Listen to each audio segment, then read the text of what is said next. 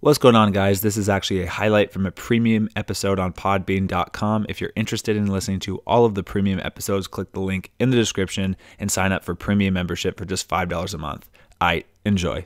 I'm kind of more spontaneous. I'm like, well, whatever. Like I said, that was going to happen, but I'm going to be fluid with it.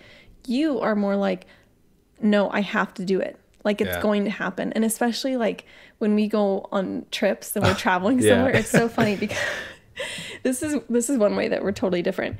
When we're traveling, I don't like to have a plan. I like to just walk outside, pick a direction and just start walking and wander around. I like looking at the houses. I like looking at the architecture, the design, everything, and just kind of like moseying around. Yeah. He will literally...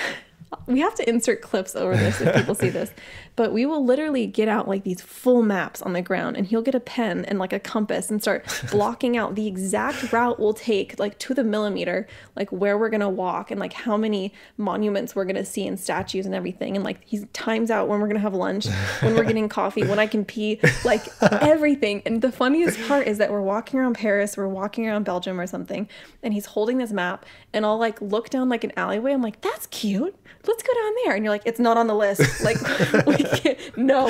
I'm like, Shelly, please. Like, I really want to go down this alleyway. Yeah. And it's like, once you get your mind set on something though, like no joke, like you cannot get off of that it's mindset. Almost physically painful when you say, I can tell because when I looked down the alleyway, I said, Shelly, can we go this way? Like I saw in your eyes, like you were dying a little bit. My stomach drops and I'm like, yeah, you're like, but the plan. But we have to go this way. And it's true, yeah.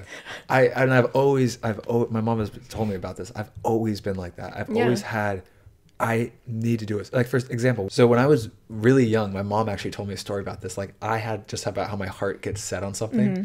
There was this one time I watched Space Jam for the very first time, and I don't know if you have seen Space Jam. Yeah, I have it on VHS.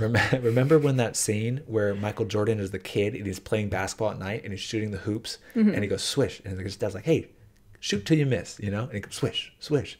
He's like, I want to be in the NBA, swish. And then Is this why you wanted to be in the NBA? I want to be the greatest player ever, swish. And then he just goes and he's like, okay, let's go in. They start walking in, and he turns, and this kid starts going at the rim. And all of a sudden swish, like going back and forth between him and Michael Jordan in the future.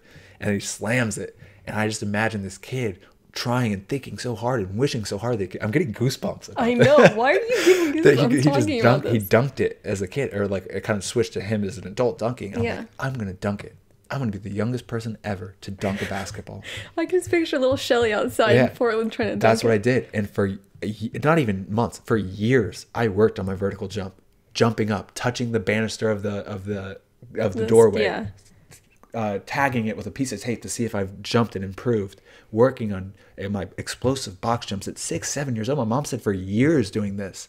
And like I had it in my head that I was going to be the youngest person ever to dunk the basketball. And then I watched like Mike, same thing. He was a little kid dunking the basketball. And it just, I got so set on it. And then you watched Bend It Like Beckham, and then you switched sports. Pretty much. But no, I definitely do. I get my heart or my mind set on something, and it's so hard for me to switch. And I wish, because it's like, I do think, that's part of life, is to walk around. You see a cool street, cool cafe, cool something. Let's be spontaneous. Yeah, I know, because I know that I would get pretty sad at times when we'd be traveling because you'd be so set on doing certain things. Yeah. And it would break my heart to get you off that route. And it would break your heart that you couldn't get off that route and go with me. So we were both like, we understand each other's pain. Yeah. But it's hard. You have to find that compromise where like you do accomplish certain things to cross it off of Shelly's list. But then we also can wander and explore for me. Yeah, I think that was a big thing, is like, okay, what we should do instead of maybe like Shelly, instead of mapping out the exact route and the time frames, how about we get 6 things that you really want to see? Yeah, like the destination. And on the way to the destination, Mimi gets to choose her path. And I'm like, as long as we get the 6, I'll be fine. Exactly. He's like, I don't even care if I look at it, but I'm going to make it to it and cross it off the list. Yeah. Because sometimes we'll be like, we'll look at it and like, okay, check that off. Let's go.